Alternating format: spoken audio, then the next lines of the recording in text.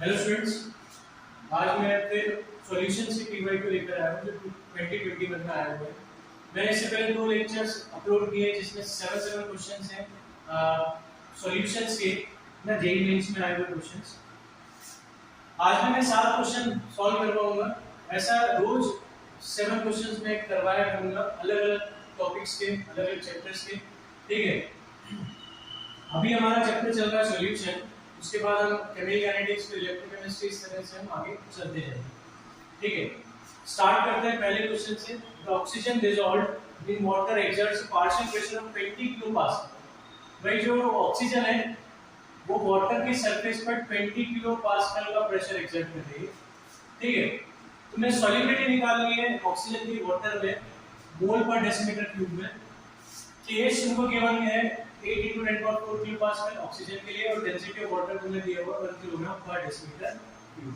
अब तुमने पढ़ा होगा हेनरी लॉ कि द प्रेशर, ठीक है, exerted on the surface of liquid, या हम बोल सकते हैं solubility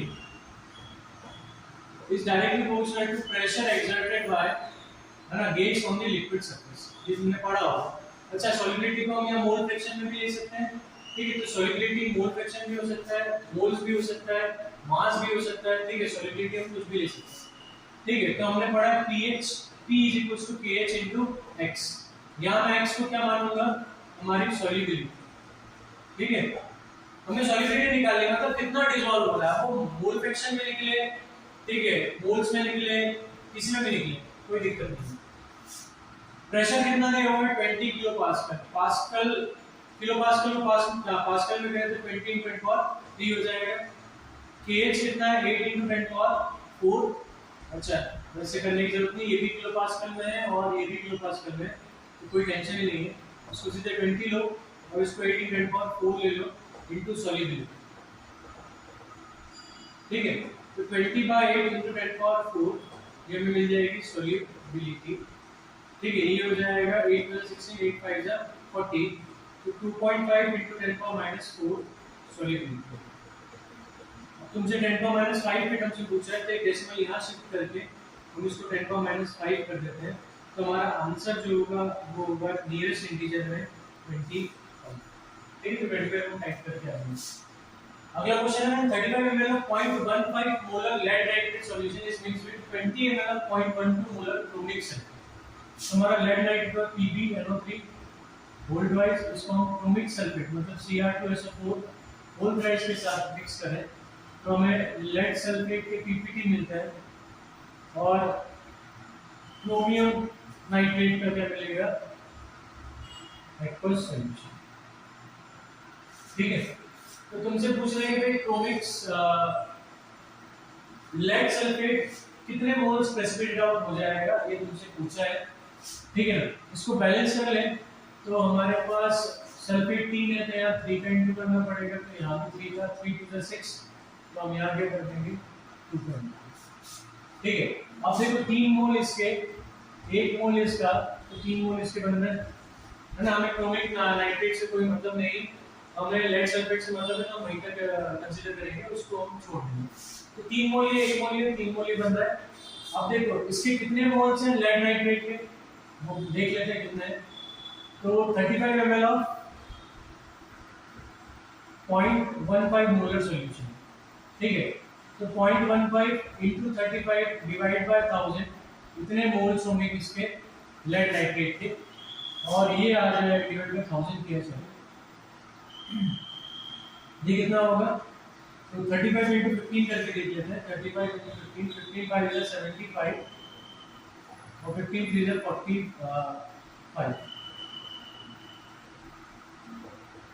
कितना? 525, तो 5.25, तो 5.25 × 10⁻³ मोल्स इसके हैं। ठीक है, इसके कितने मोल्स हैं? तो हमारे पास है 20 ml ऑफ 0.12 मोलर। ठीक है, मतलब 20 × 0.12 डिवाइड बाय 1000 मोल्स, है ना। तो ये हो जाएगा 12 × 24। ठीक है ना, तो 2.4 × 10⁻⁻3। ठीक है, इसके मोल्स। अब हमें लिमिटिंग एजेंट हम पता कर लें कि लिमिटिंग एजेंट क्या है। तो एक काम करते हैं, हम मान लेते हैं कि क्रोमिक सल्फेट के x मोल्स कंज्यूम हो रहे हैं इसके साथ 5.25%, तो 3 upon 5.25 10⁻³ is equals to 1 upon x। इसके मोल्स इतने पूरे कंज्यूम होंगे कि हमें पता नहीं है, तो हमने मान लिया कि इसके x मोल्स कंज्यूम हो गए। अगर x इसके बराबर आ गए तो दोनों बिल्कुल है ना सेम अमाउंट में और कंप्लीट रिएक्शन होगी, कोई बचेगा नहीं। पर अगर मान लो x की वैल्यू इससे ज्यादा आती है इससे, तो हमारा लिमिटिंग एजेंट हो जाएगा क्रोमिक सल्फेट, और अगर x की वैल्यू कम आती है तो लिमिटिंग एजेंट हमारा हो जाएगा लेड। ठीक है, तो बस लिमिटिंग एजेंट चेक करना है क्योंकि उसके अकॉर्डिंग हमारा लेड सल्फेट बनेगा। तो x हमारा हो जाएगा 5.25 × 10⁻³ डिवाइड बाय 3, डिवाइड करें तो हमारा आएगा 3 1 3 और 2 बचेगा 3 7 21 3 5 50। x हमारा है 1.75 10⁻³। मतलब इतने मोल्स के साथ इतने मोल क्रोमिक सल्फेट यूज होगा। हमारे पास क्रोमिक सल्फेट ज्यादा है, देखो 2.4 10⁻³ इससे ज्यादा है, मतलब हमारा लिमिटिंग एजेंट कौन हो गया, ये हमारा लिमिटिंग एजेंट है, लिमिटिंग। अब लिमिटिंग एजेंट के अकॉर्डिंग प्रोडक्ट बनता है, तो 3 मोल से 3 मोल बन रहे हैं, तो 5.25 into 10⁻³ मोल से कितने बनेंगे, तो हम उसको x मान लेते हैं, ये इसको इस बार y मान लेते हैं क्योंकि x इसको मान चुका है। ठीक है, अब कैलकुलेशन करें तो 3 upon 5.25 into 10⁻³ is equals to 3 upon y, 3 से 3 गया तो y कितना आ गया 5.25 10⁻³। ठीक है, वैसे तो सिंपल था, 3 मोल ये 3 मोल ये, तो ये अगर इतने मोल है तो y भी उतने मोल ही बनेगा, पर फिर भी मैंने कैलकुलेशन पूरा करके दिखा दिया।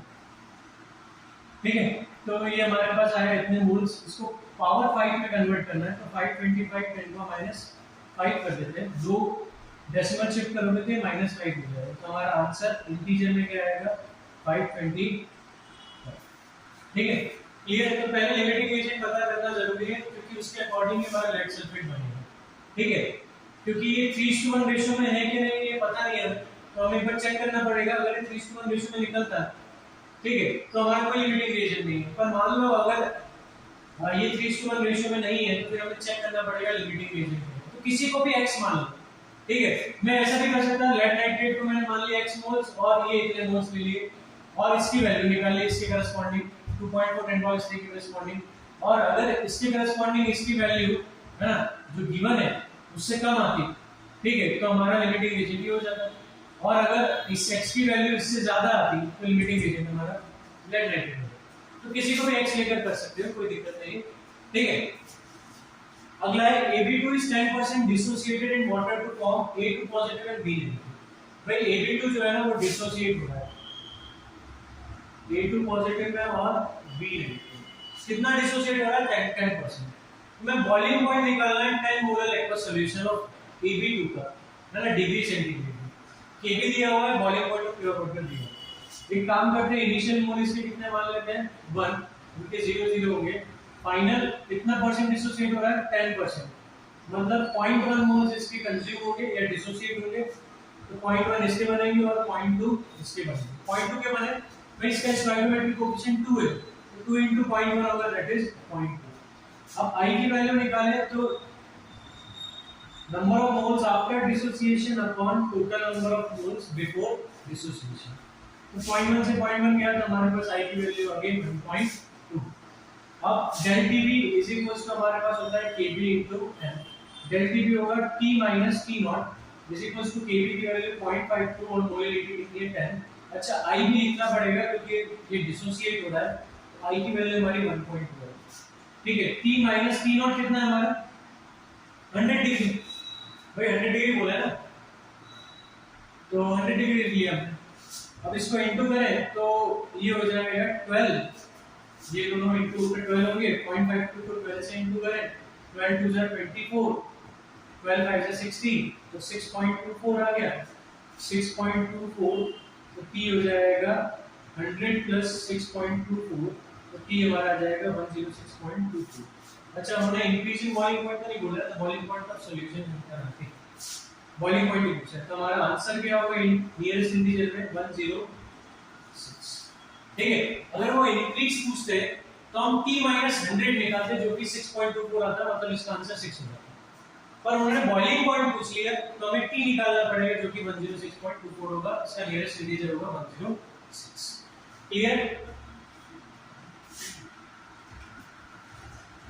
ठीक है, थोड़ा कंसेप्ट अपने क्लियर रखोगे तो क्या होगा, क्वेश्चंस में कहीं भी प्रॉब्लम नहीं आएगी तुम्हें। ठीक है, तो कंसेप्ट को समझना जरूरी है, चीजों को रटो मत। ठीक है, हाँ जो चीज रटने की जैसे फॉर्मूलेज है वो रट लो, पर बाकी कंसेप्ट्स को समझना बहुत जरूरी है। जब तक कंसेप्ट पूरी तरह से क्लियर नहीं होंगे क्वेश्चंस तुमसे नहीं बनेंगे। ठीक है,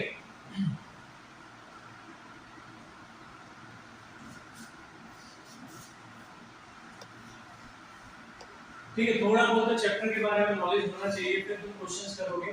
डाउट आ जाए तो बहुत सारे तुम्हारे पास सोर्सेज हैं डाउट को क्लियर करने के लिए, उन सोर्सेज से तुम क्लियर कर सकते हो। ठीक है, तो धीरे धीरे अपने आप इंप्रूवमेंट आएगा। बस थोड़ा बहुत मतलब कम से कम 50 to 60% नॉलेज उस चैप्टर का तुम्हारे पास होना चाहिए। ठीक है, बाकी क्वेश्चन कर करके तुम्हें समझ में आ जाएगा कि क्या थ्योरी लगानी है, कैसे लगानी है, कौन सा फॉर्मूला कब यूज होगा, ठीक है, कैसे यूज होगा।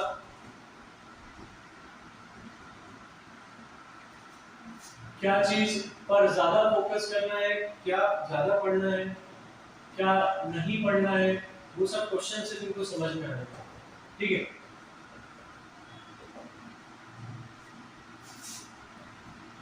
और क्वेश्चन से ये भी समझ में आएगा तुम्हारे वीक पॉइंट्स क्या हैं।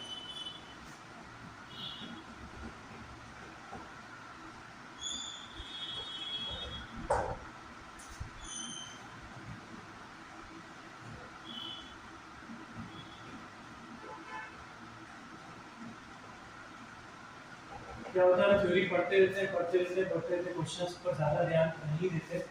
ठीक है, तो हमको समझ में नहीं आता है कि ठीक है ये जब भी क्वेश्चन सामने आएगा तो फिर कौन सी थ्योरी लगाए, क्या लगाए, वो समझ में नहीं आता। ठीक है, तो वो समझ में तभी आएगा जब तुम क्वेश्चंस को पढ़ोगे। ठीक है, थ्योरी पढ़ ली अच्छी बात है, एक बार पढ़ो, दो बार पढ़ लो, तीसरी बार पढ़ लो, और उसके बाद क्वेश्चन करना बहुत जरूरी है। तुमसे क्या पूछा है, 6.50 पोलर एक्वस सॉल्यूशन, मतलब मोलरिटी तुम्हें दी हुई है 6.5 और डेंसिटी भी दी हुई है 1.89 ग्राम पर सेंटीमीटर। तुम्हें मोलरिटी निकालनी है सॉल्यूशन। तो मोलरिटी और मोलरिटी में रिलेशन है। ठीक है, molarity is equals to 1000 into m अपॉन 1000 into d minus m into md। ठीक है, इधर कैपिटल M मोलरिटी है, small m molarity, d density और mb molar mass of solute. तो मोलर मास ऑफ हमारा सॉल्यूट क्या है, KOH है, तो K का 39, ऑक्सीजन का 16 और इसका 1, तो टोटल 56 ग्राम पर मोल हमारा क्या आ जाएगा, मोलर मास। मोलरिटी हमें दी हुई है 6.5, 1000 into मोलरिटी हमें पता नहीं है, सॉरी मोलरिटी हमें पता नहीं है, 1000 into 1.89 हमें डेंसिटी दी हुई है, माइनस m into 56। अच्छा, इसको इधर into में ले जाए तो 6.5 into ये हो जाएगा 1890, ठीक है, 1890 minus 56m is equals to 1000। 6.5 को 1890 से इंटू करते हैं तो 1890 भी हटा देते हैं क्योंकि 0 हटाएंगे और इसका डेसिमल हटा देंगे। ठीक है, और इंटू करते हैं 5 9 45, 5 9 40, 44, 5 9 5 plus 4 9, 6 9 54, 6 8 48 plus 5 53 और 6 6 plus 5 11, 5 8 12, 12285, 12285 minus 6.5 को 56 से करते हैं तो 5 6 30, 5 25 28, 6 6 36, 6 30 33, 0 14 362, तो ये आ गया 364 m is equals to 1000। तो 12285 is equals to 1000 m plus 364 m। ठीक है, मैं एक एक स्टेप करके दिखा रहा हूँ, स्किप नहीं कर रहा हूँ कोई भी स्टेप, जिससे तुमको क्लियर समझ में आए। एग्जाम में तुम इतने स्टेप बाय स्टेप नहीं करोगे, कुछ स्टेप खा जाओ क्योंकि ऑब्जेक्टिव क्वेश्चन है, क्वेश्चन को जल्दी करना है। ठीक है, तो अभी तो मैं समझाने के लिए पूरा एक स्टेप कर रहा हूँ, जब मैं अगर मुझे पेपर सॉल्व करना होगा तो मैं इतने स्टेप्स नहीं लिखूंगा। ठीक है, तो तुम्हें भी नहीं लिखना है। प्रैक्टिस ऐसी करनी है कि कुछ स्टेप्स तुम मन में ही कर लो। तो 1364 को हम किससे इंटू करें कि 1228 मिले, तो 1364 1228, ठीक है, 4 से करके देते हैं, 4 पर 16, 4 से करके 25, 12 13 14 5 4, ठीक है, ज्यादा हो गया। अच्छा, तो 1228 तो 1364 से छोटा ही होता है, तो हमें 12285 देखना होगा। तो 1364 को हम करते हैं 8 से, तो 5 4 5 6 और ऐड कर दो इसमें 1091, इसमें 1364 ऐड करें तो 6 7 9 3 12 12276, ठीक है, 12276, तो ये जा रहा है 9 बार 12276, अंदर बचेगा 9 बचेगा, पॉइंट लगेगा, 0 आएगा, 0 लगेगा, 0 आएगा, ठीक है, तो करीब करीब 9 ही आ रहा है, ठीक है, कितना आ रहा है 9, तो मोडिटी हमारी कितनी हो गई, एम हमारा हो गया 9, तो नियरेस्ट इंटीजर में क्या आ जाएगा, 9 आ जाएगा, ठीक है। अगला क्वेश्चन, ठीक है, तो हम नियरेस्ट इंटीजर बात करनी है, तो आगे काटने का सवाल मतलब ही नहीं, मैंने 9.0 हो गया, मतलब आगे की डेसिमल हम घटाई देंगे, तो आगे की डेसिमल की बात हम उनको नेग्लेक्ट कर देंगे, क्योंकि नियरेस्ट इंटीजर में हमें सॉल्व करना है। इसमें 19 नहीं है, मैं क्या कल 14 का भी लेते हैं, तो उस हिसाब से 19 होगा, ठीक है, तो दो लेक्चर्स में 7 क्वेश्चन में 14 हो चुका था, 15 16 17, ठीक है, तो इसलिए 19 में जा रहा है। 224 ml, question number 5, 224 ml of SO2 gas at 298 Kelvin and 1 atm is passed, ठीक है, ये तुम थोड़ा सा स्किप कर सकते हो पार्ट जो मैं क्वेश्चन लिख रहा हूँ, ठीक है, मैं थोड़ा सा आगे बढ़ा दूँ वीडियो को और फिर सॉल्यूशन की तरफ मूव कर दूँ। मेरे पास ये चॉइस नहीं, मुझे पूरा क्वेश्चन लिखना पड़ेगा, ठीक है, क्योंकि मेरे पास व्हाइट बोर्ड है, स्मार्ट बोर्ड नहीं है।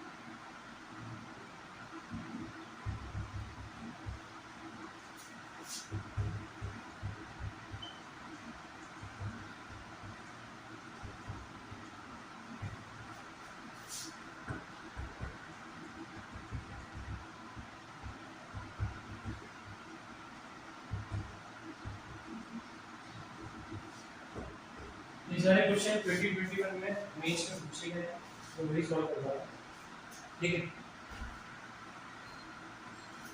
मैं बोला 224 ml of SO2 at 298 Kelvin और 1 atm pass to 100 ml of 0.1 molar NaOH। भाई हमने क्या करा, SO2 को NaOH में पास किया, तो क्या बनेगा Na2SO3, ठीक है, सोडियम सल्फाइड और वाटर, ठीक है, तो बैलेंस कर लेते हैं। यहाँ 2 सोडियम है तो 2 से यूज करना पड़ेगा, और यहाँ 2 और 2 हाइड्रोजन हो गए और 4 ऑक्सीजन हो गए, 3 और 4 बैलेंस है, ठीक है। उसने बोला 224 ml, ठीक है, हमने पास किया इसमें 0.1 मोलर 100 ml ऑफ NaOH, ठीक है। तो जो भी सॉल्यूट मिलेगा नॉन वोलेटाइल, वो हम क्या करेंगे, मतलब जो भी सॉल्यूट मिलेगा, सॉल्यूट तो मिल रहा है सोडियम सल्फेट, ये नॉन वोलेटाइल है, इसको 36 ग्राम वाटर में डिसॉल्व किया, तो वेपर प्रेशर कितना लोअर होगा ये पूछा है। प्योर वाटर का वेपर प्रेशर में दिया हुआ है, और सॉल्यूशन बोल दिया डाइल्यूट, सॉल्यूशन डाइल्यूट बोला मतलब हम नेग्लेक्ट कर सकते हैं डिनोमिनेटर में number of moles of solute, ठीक है, ये हमारे पास, ठीक है, एक बेनिफिट मिल गया कि उन्होंने डाइल्यूट बोल दिया, तो हम नीचे से नेग्लेक्ट कर देंगे, अब 224 ml इसके मोल्स कितने होंगे, तो 224 ml को हम 22.4 लीटर से डिवाइड करें, ठीक है, 20.4 into 1000 से डिवाइड करें क्योंकि ml में करना पड़ेगा, तो हमें क्या मिल जाएगा, नंबर ऑफ मोल्स। तो ये ऊपर 10 गया, ये कैंसिल हुआ, तो हमारे पास आया 0.01 मोल्स। तो SO2 में कितने मोल्स हैं, 0.01 मोल्स है। अब NaOH के मोल्स निकाले तो 0.1 into 100 by 1000, ये भी इससे होगा, तो ये भी 0.01 मोल्स होगा, ठीक है। अच्छा, अगर हम ऐसे बात करें, जो रिएक्शन लिखी है उसमें 1 मोल SO2 2 मोल NaOH क्या बनाएगा, 1 मोल ये, ठीक है। मतलब 1 मोल को 2 मोल चाहिए, तो 0.01 मोल को कितने मोल चाहिए, 0.02 मोल्स, पर हमारे पास है कितने NaOH, 0.012, तो हमारे लिमिटिंग रिएजेंट कौन हो गया, NaOH हो गया। NaOH हमारे लिए क्या हो गया, लिमिटिंग रिएजेंट। भाई जो कम होता है वो लिमिटिंग रिएजेंट, देखो इसको, इसके लिए ये डबल चाहिए पर वो उतना ही, ये लिमिटिंग रिएजेंट हो गया। और तो प्रोडक्ट फिर किसके अकॉर्डिंग बनेगा, इस लिमिटिंग रिएजेंट के अकॉर्डिंग बनेगा। अब देखो डबल लेते हैं, 2 मोल लेते हैं तो इसका 1 मोल बनता है, तो इसका 0.01 मोल लेंगे तो इसका कितना बनेगा, 0.01 by 2 मोल्स। तो हमें Na2SO3 के नंबर ऑफ मोल्स मिल गए।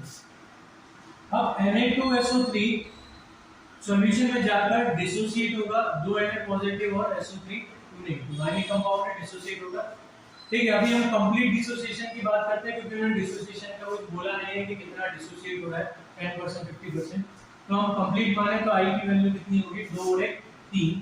अब P0 minus P upon P0 is equals to होता है XB।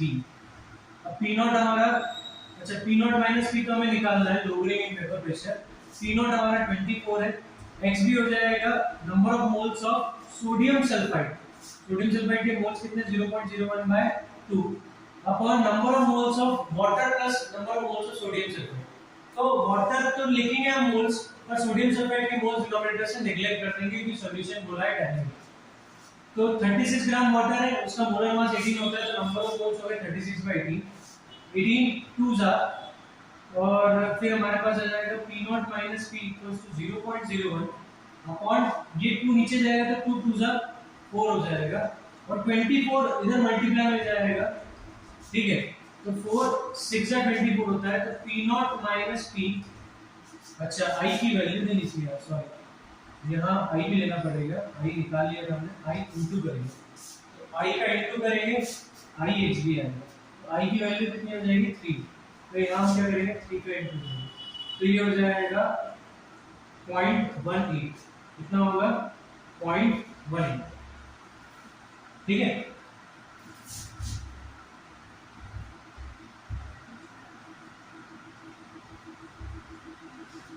तो हमारा P0 माइनस P कितना है 0.18। अच्छा हमको 10 पावर माइनस 2 में चाहिए, तो हम क्या करेंगे 18 इंटू 10 पावर माइनस 2 लिखेंगे, और हमारा आंसर इंटीजर में होगा 3। क्लियर, आगे बढ़ते हैं, अगला question.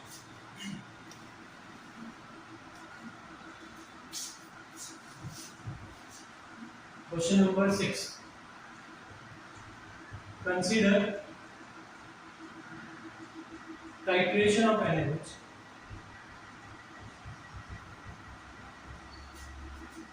solution versus 1.25 molar oxalic acid solution। भाई हम NaOH के सॉल्यूशन को टाइट्रेट कर रहे हैं ऑक्सैलिक एसिड के 1.25 मोलर सॉल्यूशन से एट द एंड पॉइंट, ठीक है। Following burette reading और हमें रीडिंग ऑप्टेन हुई, ठीक है। burette की रीडिंग दी हुई है, पहला दिया है 4.5 ml, सेकंड दिया है 4.5 ml, थर्ड दिया है 4.4 ml, फोर्थ दिया है 4.4 ml और फिफ्थ दिया है 4.4 ml। अब बोला है कि volume of oxalic acid was taken 10 ml, then the molarity of NaOH solution। अच्छा ठीक है, तो देखो क्या करेंगे, हम टाइट्रेशन कर रहे हैं NaOH का ऑक्जेलिक एसिड के साथ, ठीक है। NaOH का किसके साथ, ऑक्जेलिक एसिड के साथ। ऑक्जेलिक एसिड की मोलरिटी हमें दी हुई है, एंड पॉइंट निकलता है, मतलब NaOH एंड पॉइंट लाने के लिए कितना डालना पड़ेगा, तो हमारे पास 5 ऑब्जर्वेशन है, 4.5 4.5 4.4 4.4 4.4, ठीक है। तो एंड पॉइंट लाने के लिए हमें NaOH कितने में यूज हो रहा है, एक में पहले रीडिंग में 4.5, दूसरे में 4.5, तीसरे में 4.4 4.4 4.4, तो 4.4 ज्यादा बार आ रहा है तो हम 4.4 ml लेंगे, क्योंकि NaOH टाइट्रेशन में कितने में यूज हो रहा है, 4.4 ml। अब ऑक्जेलिक एसिड का वॉल्यूम कितना लेना पड़ा, 10 ml, ठीक है, एंड पॉइंट लाने के लिए। तो मोलरिटी ऑफ NaOH सॉल्यूशन चाहिए, तो देखो NaOH रिएक्ट करेगा H2C2O4 से, ठीक है, क्या बनाएगा, Na2C2O4 प्लस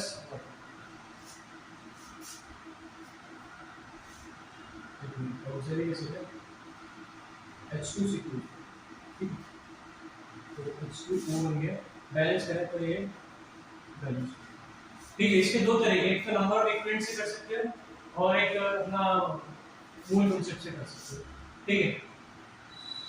अच्छा ये 1.25 मोलर है और 10 ml, इसकी नंबर ऑफ मोल्स कितने होंगे, तो 1.25 into 10 डिवाइड बाय 1000, इसके कितने मोल्स होंगे, मतलब कितने मोल्स हो गए, 0.0125 मोल्स, क्लियर।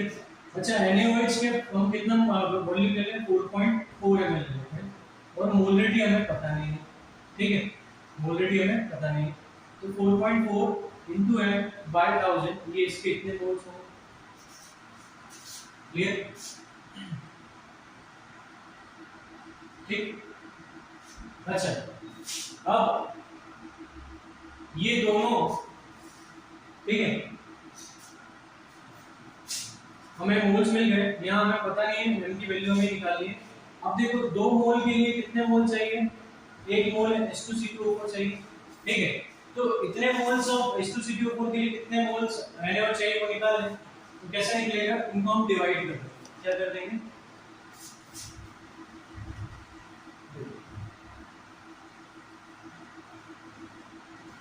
दो मोल के लिए 1 मोल चाहिए, या बोल सकते हैं 1 मोल के लिए 2 मोल चाहिए, तो 0.0125 मोल के लिए कितने मोल चाहिए वो निकालना है, तो दोनों को divide 4.5 into m/1000 divided by 102 कर दिया, और इसको भी इतना मत करो 0.0125, इसको ऐसे कर दिया 10/1000, जिससे क्या होगा 1000 से 1000 कट जाएगा, तो 1.25 into 10/1000 डिवाइड बाय 1, ठीक है, 1000 से 1000 कैंसिल हुआ, 4.4 m upon 2 is equals to 1.25 into 10, ठीक है, m हो जाएगा 1.25 into 10 into 2 upon 4.2, point data ऊपर 10 आया, ये 22 हो जाएगा, ये 5 हो जाएगा, ठीक है, ये 2 5 जा और 2 11 जा, ठीक है, 125 5 जा हो जाएगा 625, मतलब 6.25 into 10 upon 11, मतलब 62.5 डिवाइड बाय 11, 11 5 जा 55, ठीक है, कितना बचा 7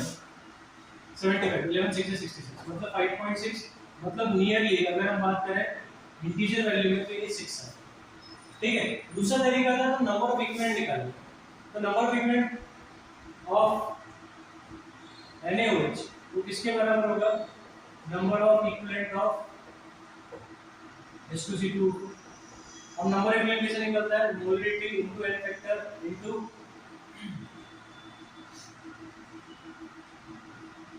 ठीक है, molarity into n factor into volume, और यहाँ पे molarity into n factor into volume, इसकी मोलरिटी निकालनी है, n फैक्टर इसका 1 और वॉल्यूम कितना है 4.4, इसकी मोलरिटी दी है 1.25, n फैक्टर इसका 2 और वॉल्यूम कितना दिया हुआ है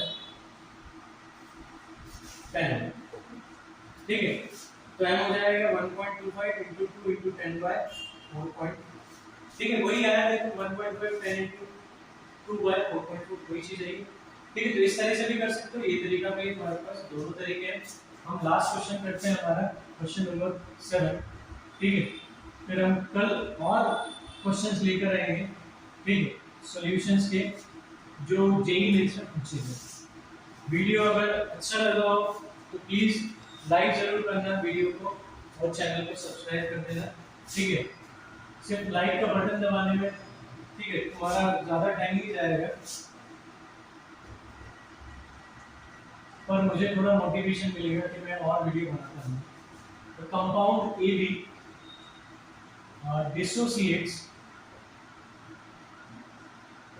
to the extent of 75% in aqueous solution. The molarity of the solution, which shows a 2.5 Kelvin rise in boiling point of solution, is best address molar। K B water का दिया हुआ है 0.52 केल्विन केजी पर मोल unit है, ठीक है, तो वो मैं नहीं कर रहा हूँ। अच्छा, ए भी जो है वो डिसोसिएट हो रहा है, कैसे डिसोसिएट होगा, ए पॉजिटिव में और बी नेगेटिव। इनिशियल हमने इसके कितने मोल ले लिए 1, क्योंकि देखो डिसोसिएशन की बात करें मतलब वेक्टर फैक्टर निकालना ही पड़ेगा। इनिशियल इसके 1 लिए तो ये 0 0 होगा, फाइनल कितना डिसोसिएट हो रहा है 75%, मतलब 0.75 मोल्स इसके डिसोसिएट हुए, तो 0.75 ये बनेगा और 0.75 ये बनेगा। आई जो होगा वो होगा number of moles after dissociation और association upon before dissociation upon association. ये कटा तो हमारे पास आई की वैल्यू आई 1.75। डेल टी भी हमें दिया हुआ है 2.5 केल्विन। उसने बोला है कि जो बॉइलिंग पॉइंट में राइज होगा वो 2.5 केल्विन, मतलब डेल टी भी हमें दिया हुआ है, ठीक है। और केबी भी हमें दिया हुआ है 0.52, तो del T B is equals to I into K B into M कर दे। डेल टी बी की वैल्यू है 2.5, आई हमारा 1.75, केबी हमारा 0.52 इनटू मोलेरिटी हमें निकालनी है। तो 2.5 इनटू 1.75 डिवाइड बाय 0.52, पॉइंट से पॉइंट गया, ये 175.52 आ जाएगा। काट देते हैं 175 को 52 से, तो 52 3 आ 156, 15 सेकंड हो और 6 में से 5 में 1, तो 3 जा पॉइंट लगाएंगे तो 190 हो जाएगा। फिर ये 3 बार ही जाएगा, 3.3 156 4 और 444 440 हो गया। 52 मेरे हिसाब से ये जाएगा 8 बार, because से 40, तो 3.38 आया। अब 3.38 को हम किससे इंटू करेंगे 2.5 से, 5 8 से 40, 15 और 1 19, 15 और 1 16, 2 8 से 16, 2 6 7, 2 2 6 0 5, 9 6 15 होता है, 7 7 14, 6 7 8, 8.45, ठीक है। मोलिटी कितनी आ गई 8.45 मोलिटी, ठीक है। तो नियरेस्ट इंटीजर में बात करें तो इसकी मोलिटी कितनी होगी, करीब करीब, ठीक है। तो ये हमने आज 7 क्वेश्चन किए और कल के दिन भी मैं 7 क्वेश्चन लाऊंगा तुम लोगों के लिए जो जेईई मेंस में पूछे गए। चैप्टर रहेगा सॉल्यूशन ही, अभी सॉल्यूशन ही करेंगे हम, करीब करीब मेरे 8-10 लेक्चर्स हम सॉल्यूशन के करेंगे, उसके बाद में नेक्स्ट चैप्टर पर शिफ्ट होंगे। वीडियो पसंद आया तो प्लीज लाइक करना और चैनल को सब्सक्राइब करना, अपने फ्रेंड्स के साथ जरूर शेयर करना। Thank you.